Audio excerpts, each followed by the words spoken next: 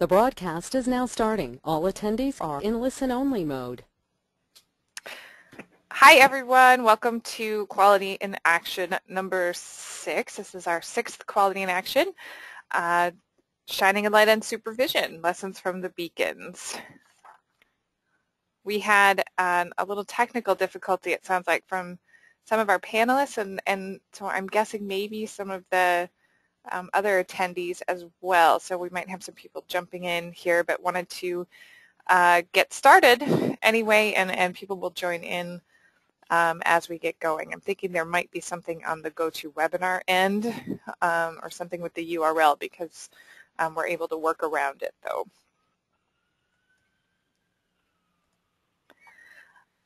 For those of you who are new to our Quality in Action webinars, or maybe new to webinars altogether, we'll go over some logistics. That's a picture of me. I'm April Reardon, the Director of Training and Community Partnerships here at the Mentoring Partnership of Minnesota. Some things about the webinar, asking questions and sharing comments. We absolutely want to be able to hear those questions, hear your comments about the topics we're discussing. You have a couple options in your GoToWebinar panel that you're looking at. You can raise your hand, and then one of the MPM organizers, myself or Lindsay Carlson, will unmute you. So everyone is muted, just to make sure we don't have the background noise during the presentation or while panelists are speaking. But what you can do is raise your hand and we'll unmute you, and then you can just talk to us if you're on the phone or if you have a microphone.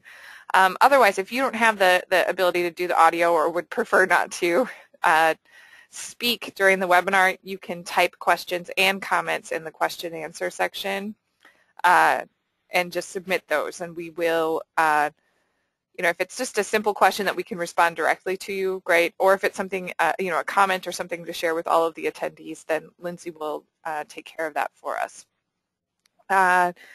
Just when you are unmuted, then please monitor your background noise. People laughing in the background or children crying, that sort of thing. If we can monitor your own background noise. Another thing to note, as you're going through and you're trying to take notes or something, just know that the slides here are all available on slideshare.net, and the link to that is at the end here, so you can look at that, and we'll also email that link out to you after the presentation. And there's lots of, we'll make references to some websites or other organizations and resources during the presentation. Those are all linked at the end of the slides as well, and we'll show you that when we get there. But just so you know, you don't have to be frantically jotting things down, that we've got it covered.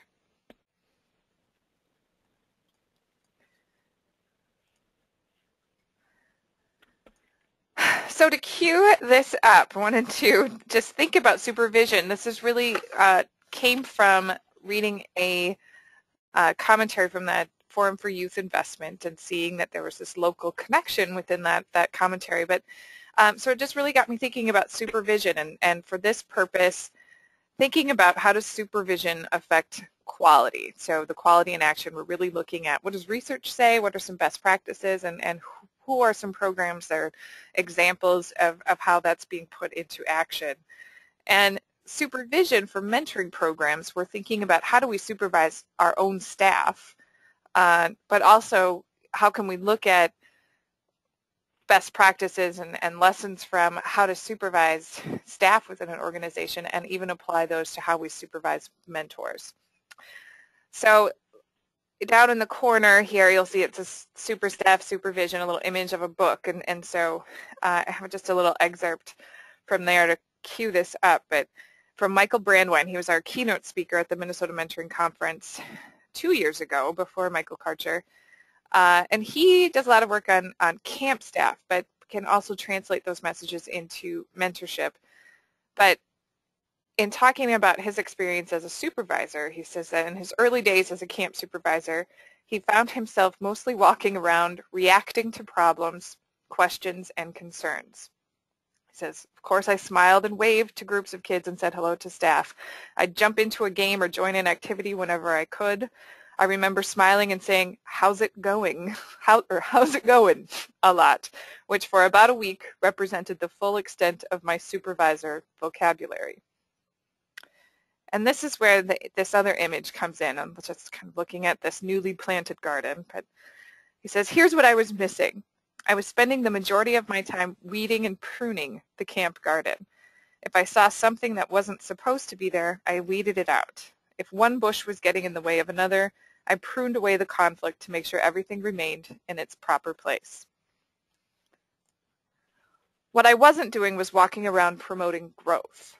I mean, of course, the weeding and pruning helped things grow that were already planted, but I wasn't putting new or better plants into the ground. I wasn't looking for great ways to upgrade the overall garden. So this webinar, I mean, we're really going to look at, review a little bit of what mentoring research says about supervision of our staff and how important staff are to quality mentoring. But then to really look at how do we shine a light on that supervision and what can we learn from the Beacons Network. And we, luckily we have some panelists from our local Minneapolis Beacons to share what they're doing to strengthen their supervision.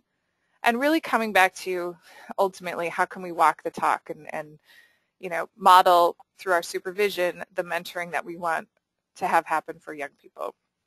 And then opportunity for questions and those resources. So the mentoring resource research section is really a review of an earlier webinar that we did. We did one on research and action, a research and action series, and our third research and action webinar focused on issue number 3 of this research and action about program staff and youth mentoring programs. So thinking about a few of those pieces, and this was featuring research from Tom Keller, or a brief from Tom Keller at Portland State University. Tom is the organizer of the Summer Institute for Youth Mentoring, so he's really interested in professional development for mentoring program staff. Just so you know, this image here is linked, if you download the PowerPoint, is linked to this PDF, so you can take a look at that. And then again, if you visit the SlideShare account, you can certainly look for that webinar as well, because this is just a few slides and a little excerpt from that that whole focus, but just to look at a little bit of the research on how important staff are to the quality of our programs. So what Tom really did was look at, so what is it about staff qualification, staff training, and staff retention that leads to mentoring program success? And from that research brief, if you look at the back of the issue, if you happen to download that, there are some checklists that were provided from Mentor about mentoring programs, what staff qualifications should staff possess. There's a checklist of what kind of training should mentoring programs offer, and what are some steps that organizations can take to help with staff retention. So I'm not going to go through those things again, but just to know that that resource is available as well at the back of that research brief. But essentially, Tom, in that brief and the research there, starts with reviewing again what we know from a meta-analysis that David Dubois and his colleagues did, and that is the focus of the Handbook for Youth Mentoring, but really that there are program practices that are predictive of these stronger positive effects in youth outcomes. So there are these 7 things that in looking at 55 different mentoring program evaluations, doing this empirical examination, that these practices were predictive of better youth outcomes. So if programs monitored, systematic monitoring of that program implementation, if thinking about the qualifications of their mentors, if they have backgrounds in those helping roles, all of these different things that you see here, the post-match training, parent involvement, structured activities, that these are all things that can be predictive of better effects for kids. But then to think about how many of those things do mentoring program staff, are mentoring program staff responsible for? And how important those people who are designing the program, who are supporting those relationships. We talk about in training that we do about how important it is because they have the relationship with both the mentor and the mentee and are able to help them navigate that relationship and hopefully sustain it through any sort of challenges.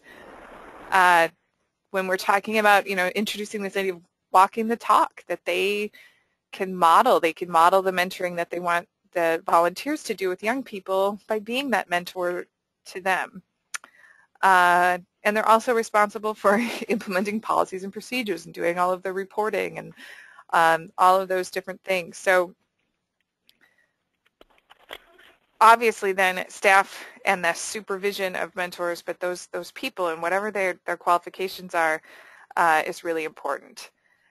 Unfortunately, though, for mentoring in particular, there's no empirical research about the role of program staff in the success of relationships. So we do need to look at other fields. So what Tom did in that research field, in that work, was think about the nature of the work that mentoring program staff do.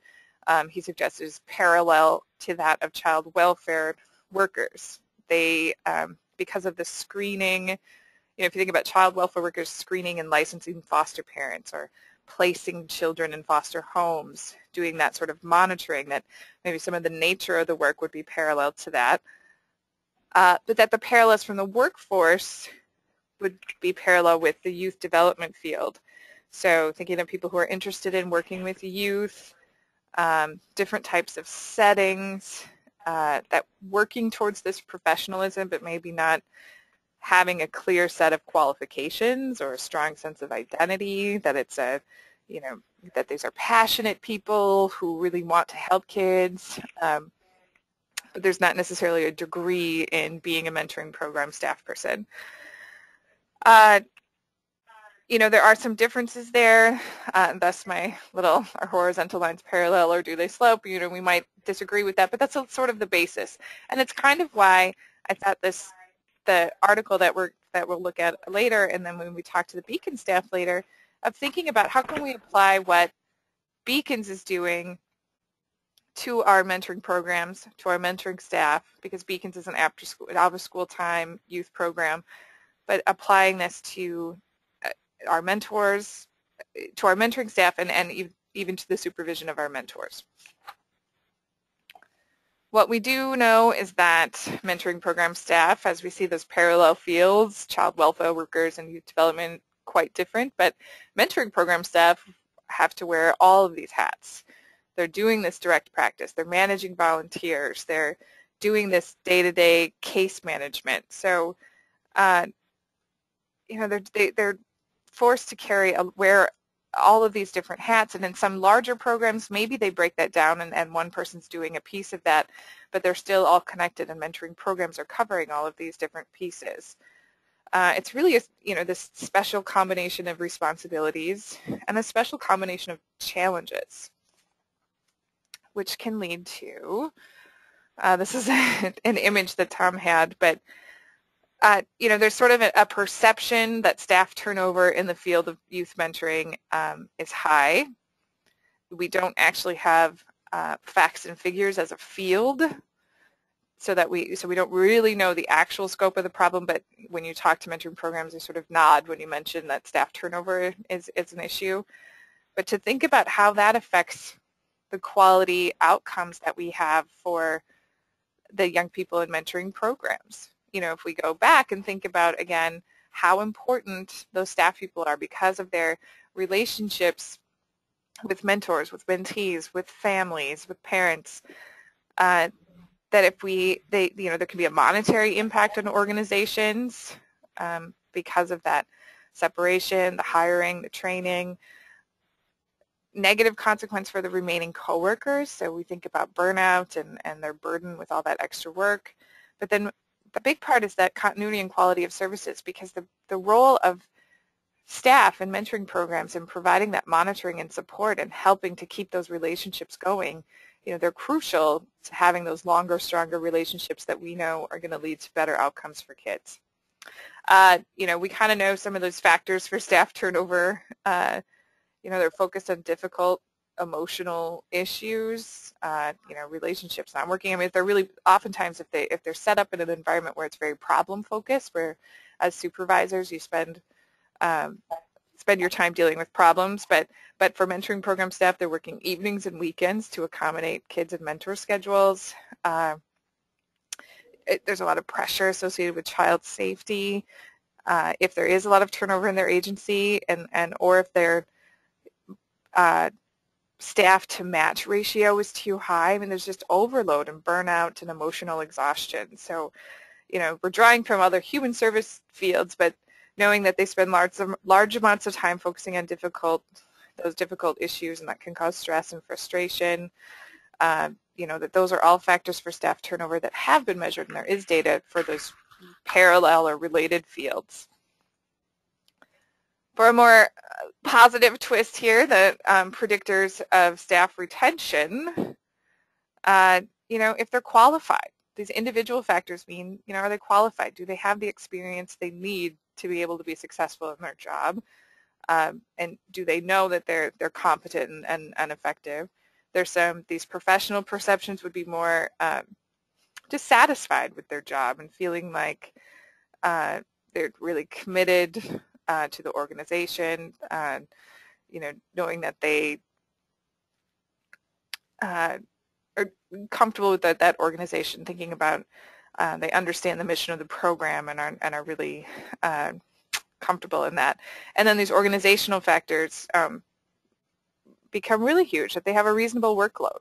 You talk to people who in programs where supervisors and leadership in their program is really managing their caseload, where they're getting lots of support from their supervisors and their coworkers. Higher salaries are predictors of staff retention, and perceptions of things being fair and supportive throughout the organization. And this is probably, these are not a surprise, but thinking about the workplace climate. So as we think about supervision, and here's some of the cool things that the Beacon staff are doing to build that workplace climate, but workers experiencing more positive organizational climates, remain in jobs longer, better attitudes, they deliver better work, and most importantly, this last one, that we're achieving better outcomes for children. This is again from those parallel fields, but the findings on turnover and retention, and there's evidence from child welfare and juvenile justice to support these claims about workplace climate. So really, again, to mention, do you walk the talk, which is what the Beacon's crew is really going to demonstrate to us, is that we need, in order to retain our qualified staff, we really have to provide that workplace that walks the talk, that shows that demonstrates the values of the program. If we say we're going to be supportive and strength-based and youth-centered in the work that we do with young people, then we need to be strength-based and supportive with our staff as well, and the way that the organization works. Again, also, those who have been or who are supervised well tend to supervise well. I keep thinking about that line. It's a line from the article, a quote from someone, but that in regards to mentoring, even if, because a lot of mentoring programs are smaller and you maybe don't get the opportunity to supervise another staff person, but in this essence, we're really supervising a lot of relationships and supervising mentors.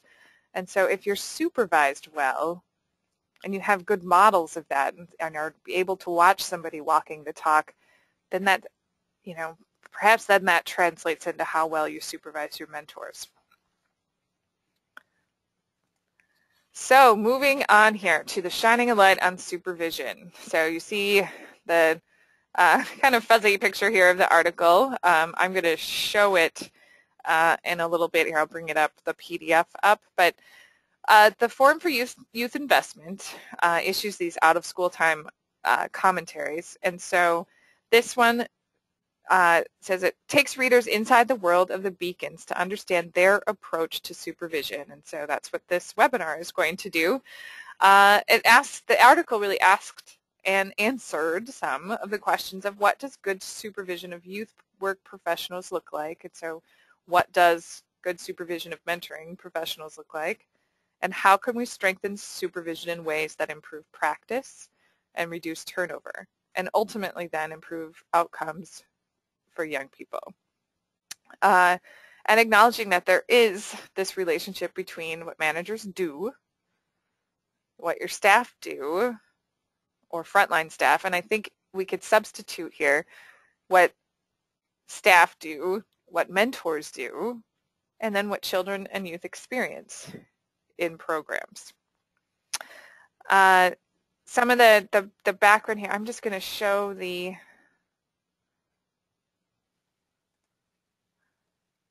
here is the PDF. So if you haven't looked at it, this will be something that's linked at the end, towards the end of the slides, but if you haven't read this will be good to read after the webinar, or some of you may have read it in preparation for the webinar. Either way, it's okay.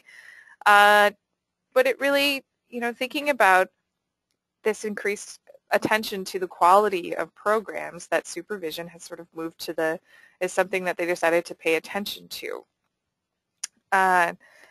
Thinking about what are some supervisor competency, how do we train supervisors, what is the professional development that's needed, and so looking at how do we strengthen that supervision.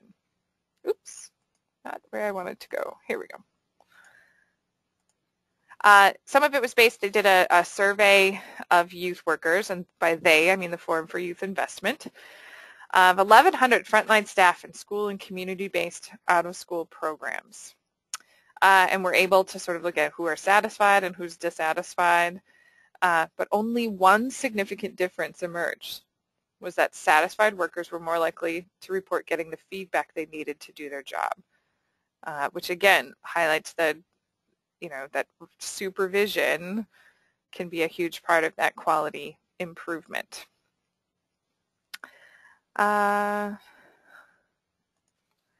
So at this point I want to introduce the art, because that article then goes on to give some examples from on the ground. So kind of like the way the quality in action is set up, that we're looking at some research, and then we want to give you some ideas of what people are doing.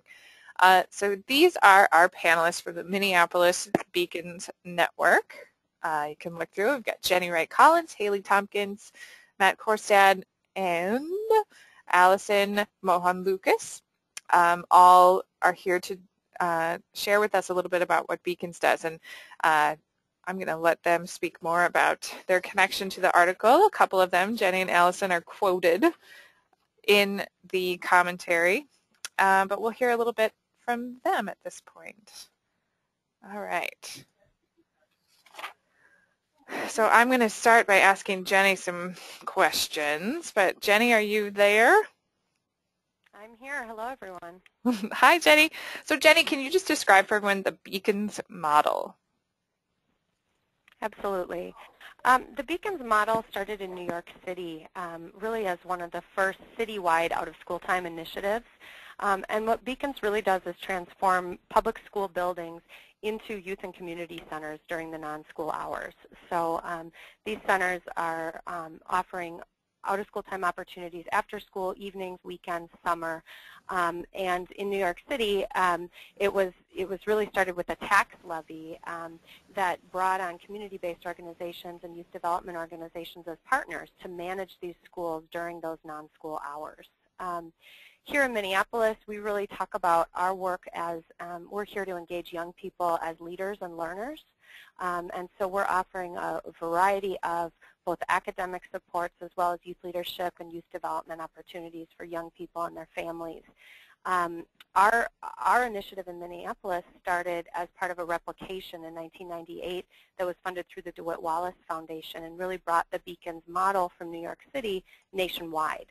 And so here in Minneapolis, our major partners with the Beacons Initiative are the YMCA, the YWCA, the Boys and Girls Clubs, and community education with the Minneapolis Public Schools. So that's just kind of a quick overview of the model.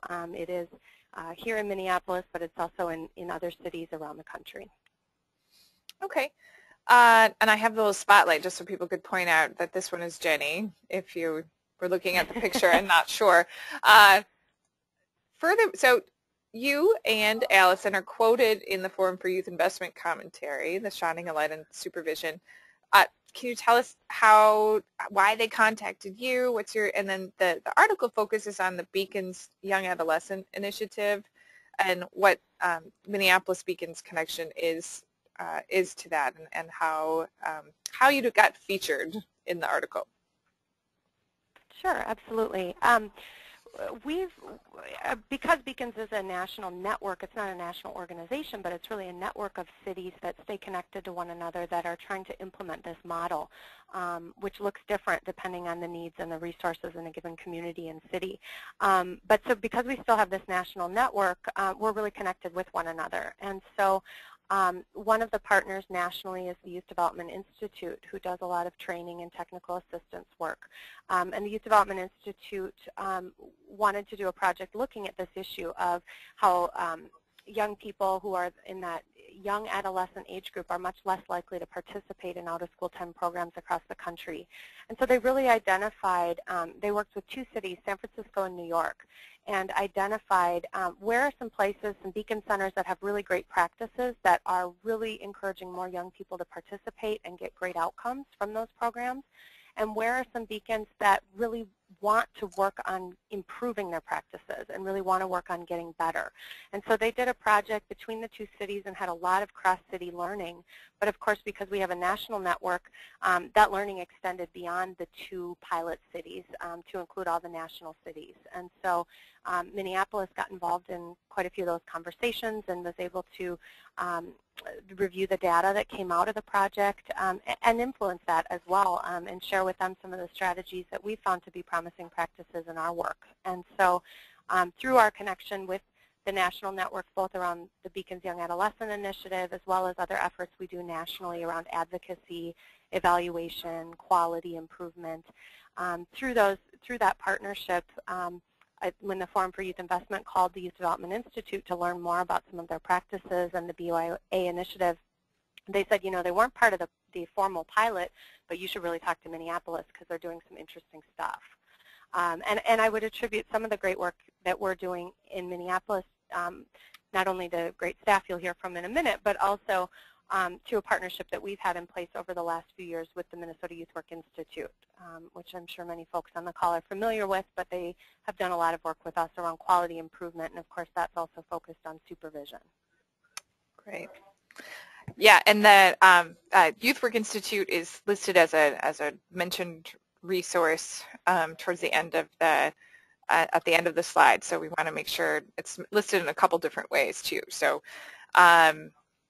okay, so let's hear about, so the strengthening supervision, there are these 5 different areas, and what we're going to do is the Minneapolis Beacons staff that we have here as panelists are going to tell us, give us some examples and tell us about how they've incorporated these 5 things into their supervision of staff. But we can, so if you're from a larger program and do supervise other staff, think about it that way. If you happen to be from a really small program and you're not necessarily supervising staff, I would suggest to think about it, how do I take some of these lessons and apply it towards my supervision and monitoring of mentors?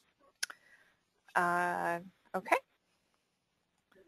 So for running effective staff meetings, I think Allison and Haley were going to talk with us and share some of their examples.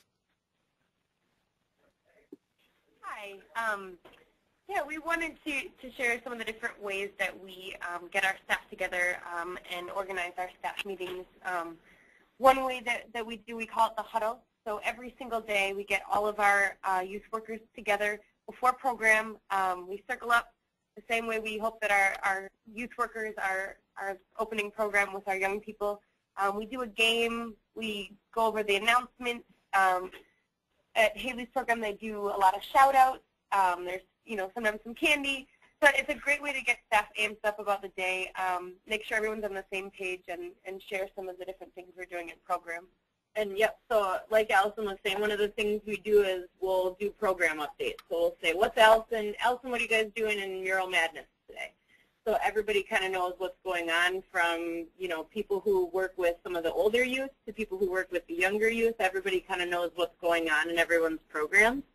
And it's also a good opportunity for us to kind of make that shift from being outside of work to coming into work and being focused on young people. That's where we kind of draw that line, where we kind of check our personal stuff at the door and we say, okay, we're here for youth today. And yeah, that's really where our day begins. So another way that we do in our Beacon Centers, we divide our staff and our young people into units. So a kindergarten through 2nd grade unit, 3rd grade through 5th grade unit, and then we have our teens or our middle school unit. And so once a week, all the youth workers that work with our 3rd through 5th graders will get together. All the K2 staff will get together, and all the middle school staff will get together. And that's where they'll get a little bit more into the specifics of the groups they're running. You know, talk about maybe some specific young people that are having some struggles or things that they want to really focus on with them. And then that's how we also have that intentional time to plan with the activities and figure out how are we coaching staff, how are we asking them questions about the plans they have, and making sure that they're fully ready, they have backup plans, and kind of have that opportunity to kind of give up input at that stage so that when they're actually facilitating their groups, they've really thought through the process of planning. And then we do, at Allison's Beacon, they do them monthly. At my Beacon, we do them every 2 weeks. We have an all-staff meeting. So everyone gets together for, do you guys do 2 hours? We do 2. Yep, we do 2 hours as well. And so we go through some planning stuff, some team building stuff with our staff, but we also do some modules and things that we've learned through trainings or from the Youth Work Institute here at the U of M, or we go through kind of different things based on what our program needs or what staff are looking for to really build the capacity of our staff and to get everybody connected and sharing all that knowledge and information in the room. Even though we may not work together every day with groups, we're still able to kind of learn from other people's experiences and expertise. So yeah, that's great. That's Thank it. you. Okay, I'm sure if we have comments or if people have questions, you can be typing those in or raising your hands, but I'm just going to keep going through the 5 different strategies for strengthening supervision. So Matt was going to share with us some things you do about your one-to-one or individual supervision time. So when the supervisor's meeting with the staff person. Hello everybody. I really think it's important to look at when designing or really looking at as an individual staff that we're doing a couple of things in terms of the best practices that we've had here. When we're meeting supervision one-on-one with our staff, I think it's really important that one, that we are feeding them what they're looking for. This work is really important to us personally, and I think all of our youth staff come to the table with different experiences, different wants, and different needs. And it's important that we're sitting down and really asking them the guided questions and the things that they need to get filled in order for them to go and feed the youth, you know, that we're serving. We really look at the staff that we have. We have a lot of young staff. We also have a lot of, you know, older staff as well. But we look at staff as a separate program, almost the same. It takes just as much to run that program as it does the program for youth. So it's important that we really put individual time into every staff so that we're not only getting the most out of them, but we're also being able to teach them, guide them, and give them the things that they need to do their job well. How are we sitting down with them and getting them excited about the individual things that they're working on? How are we keeping them engaged? How are we keeping them motivated is just as important, you know, to the program as having the kids show up and have a good time. You know, really take care of the small details with all of the individual staff, and, you know, the big stuff really takes care of itself. Being intentional is free. There's no cost to being intentional with your staff. And so I think what I tend to always talk with my staff about is be intentional with them. Ask them those guided questions. Model the things that you want them to be working with young people on. And so, you know, I think those individual supervision meetings are just as important as the large group ones. It really gives them the sense of the vision that you're going on in your center, as well as feeds them the motivation and the things that they need to move forward. And so within those individual supervision, you know, I think, Matt, you're also going to share with us how you use staff evaluations to help guide those as well. Yeah, absolutely. So, you know, we do a lot of evaluation in all of our in youth programs, period, and I think that that's great. What are we going to use? What are we going to do with that data? Is just as important as why we do it. You know, when we ask our staff the things that they need to improve on, the things that they're looking for, the things that they're needing, you know, what we're going to do with that data when we get it back, you know, is vital to our program's growth and where we're going to go. So, I mean, you know, sitting down obviously as a leadership team and going through those is important, but, you know, a lot of those, you see a lot of trends that we get from, you know, if we have a staff of 15 or a staff of 20 and they're writing evaluations, you know, 9 times out of 10 you're going to see a trend of some things that we need to do as supervisors in order to improve our centers. So, you know, there's a lot of times that will show us, one, we're not giving enough time to our staff. They might not be getting the things that that they need. Sometimes there is, you know, things like there might be some staff issues amongst, you know, the culture of the group. A lot of that stuff comes out of that evaluation. I think the other important thing that we really look at in those staff evaluations is we do create a path in Beacons. We need to create our ladder leadership within Beacons, even for our staff, so that they know that there are steps that they can climb up in this work. They don't want to, some just want that experience of working with young people, but some really start to see this as a career, and I think that is our responsibility. And so as we see that staff evaluation, we really get to gauge, one, what is the, you know, what is the overall staff culture, but then we also get that opportunity to sit down and look at where is our program going? Where is this the right staff that we have? You know, all of those things can be done in that staff evaluation. It's Hello? Oh, I'm not sure if, I think Matt, lost you for a second here. Matt's on the phone with Allison? Okay. One of the things I've been thinking about was staff evaluation. Okay, oh, we're back. Yeah, okay. There we go. Where did you lose me at?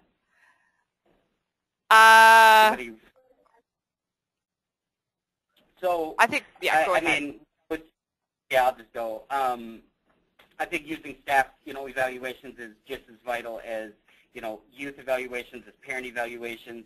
Again, seeing staff as a separate, you know, as a program is incredibly vital to our programs, to our centers. We have young people that, you know, were 4th and 5th graders in our programs that are now staff. And so we are really giving them and modeling for them the same exact stuff as they got when they were student participants in our program. I think that's vital.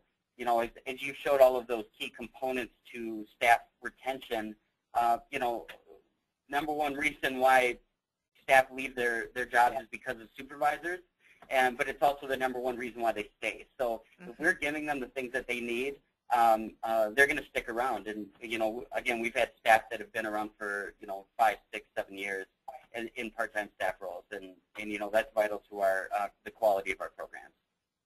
I think there's something to be said for that for staff and mentors too, about mentor retention. And I keep trying to, everything people say, I'm trying to look at it in both ways of thinking about those of you who are supervising a group of mentoring program staff, or even if it's one executive director supervising one program coordinator in a small mentoring program, or it's a large program, and thinking about, so if you're using staff evaluations, what are you measuring?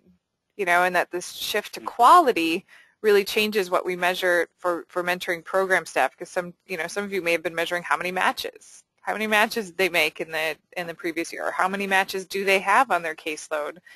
You know, but if we shift and we're thinking about how do we strengthen that and how do we support them and retain that staff, then maybe we don't want them to have too many matches on their caseload, because we want them to be able to supervise those mentors in a really thorough and high quality way. But also interesting to think about how could we use evaluations with mentors to help them reflect and to help teach them and help them improve their relationship with young people.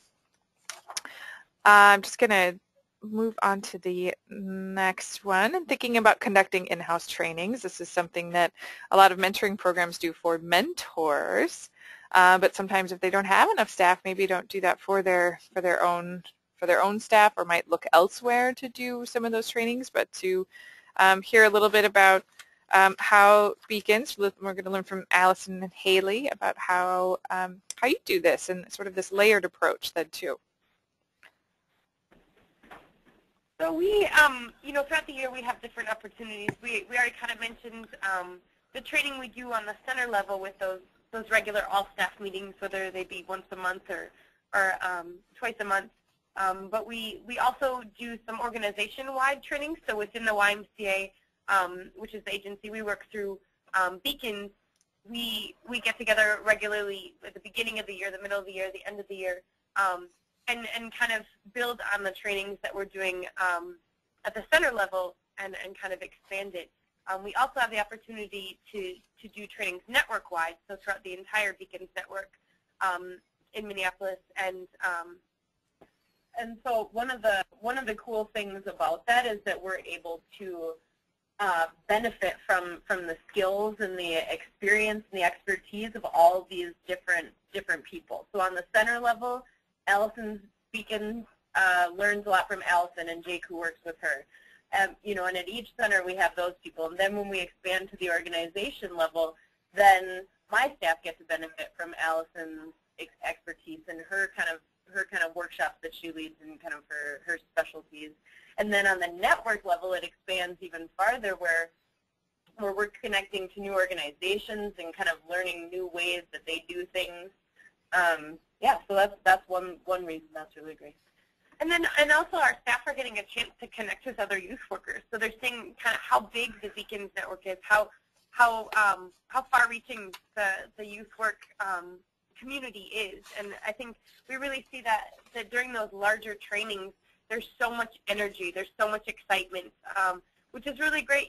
The winter is a long session for us, and that's we start to kind of maybe get a little run down. And I think having some of those trainings, those larger trainings at the beginning of the year and at the middle of the year, just to get re-energized, to get re-amped, to hear about the work that is going on in different parts of the city. I think that really motivates our staff, and it gets them thinking on that broader level of what we're doing, what we're working for. So that's why we really have gone towards this multi-layered training. Did you like my pen drawing there? I can hear you. This is Haley, right? That is Haley. Yeah, I thought I'd play around with some of my functionality here, see if I can get people more attentive. That sounds great. And I think, again, to think about how do we use our mentors then too. So thinking in our mentoring programs and trying to glean some lessons from a parallel or similar field. If you don't have a big group of staff, then how do you use those mentors and how do you use that network? Or how do you team up with another mentoring program in your community if there's more than one, or somebody nearby, to tap into all of that expertise, or to bring in a speaker. Maybe you don't have the capacity to do that with just one organization, but how can you team up with a group? Or to look to a parallel field. Is there a youth work program? Is there something that a topic that would be relevant to some youth workers, but that our mentors could also learn from as well, or our mentoring program staff, to make sure that we're forming those alliances and recognizing that mentoring is a youth development, is part of that youth development field and is an out-of-school time activity in a different way. Finally, we're going to look here and hear from Jenny again about how you're using data to inform the programming. So, gathering all this data and thinking about how does that affect the quality of what you're delivering to young people. Absolutely. Well, I think if you look at the picture that, April, you chose here, I think it's a fitting one, because really what we're trying to do when it comes to data and using data to inform programming is we're trying to create a culture that's really a reflective culture across the board. So among young people, among staff, and really even across the leadership of our network. And so you'll see in this picture a group of young people who are really essentially gathering a bunch of data from one another, getting them up on a large board, and then organizing that information in a way that's useful for them for planning purposes. So we're really trying to be intentional about weaving in reflection and using data to inform our work both directly with young people as well as with our staff and with the leadership. Just a couple examples of how we're using evaluation specifically. We have a network-wide evaluation, so that brings all of our partner organizations and all of our 9 Beacon centers together for an annual evaluation. And we're collecting quantitative data, looking at the demographics of the young people we're serving. We can track student ID numbers with the school district and look at performance, academic performance and other indicators.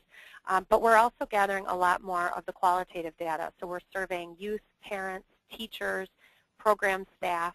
And this last year we just concluded a larger qualitative evaluation where we did focus groups with young people who've been involved with the Beacons over a course of multiple years to get a sense of why they've been involved, why they've stayed involved, and what that impact was on them long term. And so it's really by, again, this layered approach. So that happens network-wide, but then there's also creating this evaluative culture in the centers and in the programs that we're hoping trickles all the way down to the experience of that young person, that they're going to become more critical thinkers. They're going to begin to view data in the world and begin to make sense of it and develop those skills. And so I think as you apply that into the mentoring world, of course, if you're hoping that mentors and mentees are going to have that relationship where they're reflecting together and learning together, that the more you can scaffold that and build that into the culture of the organization, the more I think it'll trickle down to that pair. And then finally, as we think about quality, which of course our quality improvements efforts relate to all of this, we use the Youth Program Quality Assessment tool, which gives observational data at the point of service with young people. And what we're trying to do is use that more than just once a year where the evaluator comes in and gives us an assessment of how we're doing around quality, but really to begin to break that tool down and say, how do we get that in the hands of young people and direct service staff so that more regularly they're using checkpoints to assess how are we doing when it comes to quality. And we think that'll really improve the supervision and just the experience that we're offering for young people across the board. So that quality assessment data is another important piece that we're using to inform our programming. And it all then, each year we're getting together and reviewing all that data together and using it to inform our program design across the board, as well as our day-to-day management in the centers. And for mentoring programs too, if you haven't heard already, in Minnesota we have are finishing up the pilot for our quality mentoring assessment path, which we've had a quality advisory committee working for a couple years now to develop this tool that will help mentoring programs assess themselves on 99 different indicators of quality practice. But with input from the University of Minnesota and with the and their work with the Quality Matters and the YPQA with Deborah Moore, so really looking at that tool as well and thinking about how do we do something for our mentoring program so they can look at quality from that lens as well. So I just popped up our website where you can click on quality mentoring and to find out more about it and look at the PDF of the QMAP. We'll go back here. So hopefully you're percolating and thinking of ideas of how you can apply this to your mentoring program. But again, just to come back to the walking the talk, Allison, I hate to put you on the spot, but if this is a quote from you, I don't know if you would want to say it out loud or we can just ask people to read it themselves. But it's a quote from the article, and I thought it really summarized those different strategies well.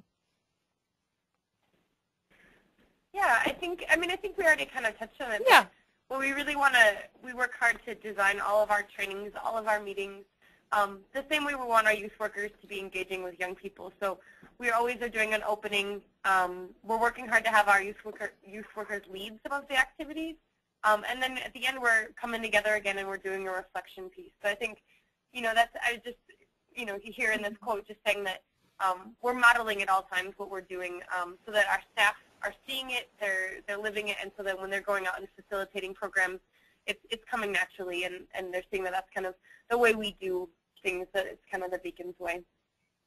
Yeah, and these, you know, are practices that, you know, are in place in lots of different places. I thought an interesting stat from the commentary was thinking about those high expectations and for the supervision and recognizing this support, that so that in some Beacon centers, program directors are expected to devote a full 1.5 days per week specifically to supervision.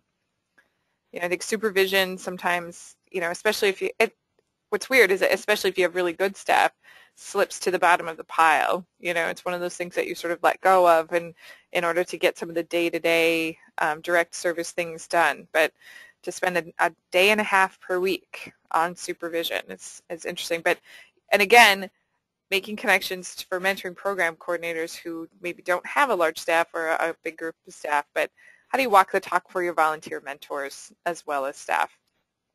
Just a note, if you haven't read the commentary yet, there's also a section called A Week in the Life where, you know, you can see more of these principles than brought to life. They kind of followed a Beacons employee in New York, I believe, in the, through a week and showed how these different supervision strategies affected her day-to-day work. So that was kind of interesting as well. Just bringing this back to kind of a conclusion, and then we'll show some resources and take some, hopefully have some questions and comments. But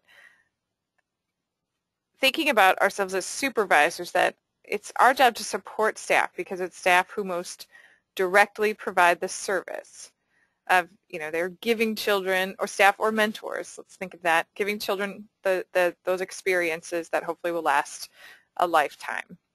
But organizational charts don't always make this concept clear because staff get put at the bottom with bosses on top. And so, but actually, you know, what we learn from the Beacons and what we learn from research and from parallel fields is that actually the bosses are the foundation or the floor on which the staff or mentors stand in order to directly serve those children. So kind of to flip that around and really think about how can we support staff and help them, or mentors, and help them do a better job so we get the best possible outcomes for the young people we serve. At this point, I'm going to be popping through and showing you what resources are available on the slides if you download those. But if anybody wants to raise their hand and share a comment, if any of our Beacons panelists have any final thoughts or things that you thought of that you wish you would have said, or if there are any questions, please feel free to post those. We do have a few minutes left before 1 o'clock. Here are some of the resources that were featured during the webinar. So if you download, then you can just click directly on all of these different links to find out more about these organizations and resources.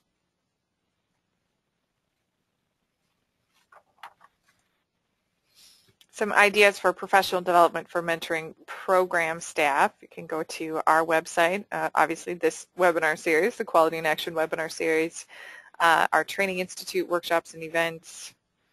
I featured the conference a while ago to look ahead to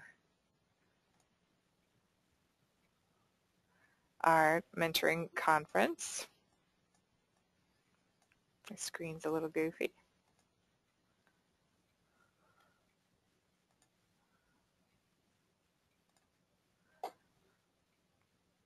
And Mentor, the National Mentoring Partnership, is doing a free Elements of Effective Practice webinar series. I'll be participating in one on enhancements for training on July 22nd. And I mentioned with Tom Keller, the Summer Institute for Youth Mentoring. It's a great professional development opportunity for, especially for your staff who maybe are more experienced and are really looking to dig deeper into the field of mentoring. And this is where, if you look to this bottom one for this presentation and others, so www.slideshare.net, this is where you can get these slides and others. let's see, any hands raised, questions, comments from anyone? It's a quiet group. I want to say thank you to all of our Beacons panelists. Thank you so much for preparing for this and sharing some of your ideas and expertise. I'm hoping that everyone is thinking of ideas of how they can apply that to their mentoring programs. Just so you know, and I think Sarah is actually on the webinar right now. She could unmute herself and share some things. But our next Quality in Action webinar next month, and I think this one will actually go till 1:30. I'll have to update that. But a 90-minute webinar on Beyond the Background Check featuring Sarah Kremer from Friends for Youth. Did we get one question or comment? She just said that it sounds like a great program. Great. Oh, great. All right. Well, I'm going to go ahead and end the webinar. If there are no other comments, maybe we'll just stay on. If you can, feel free to exit. And if you have any other comments or questions for us, feel free to just stick around here and you can post those. Otherwise, I'll go ahead and end it in about 1 minute. Thank you so much and hope to see you next month.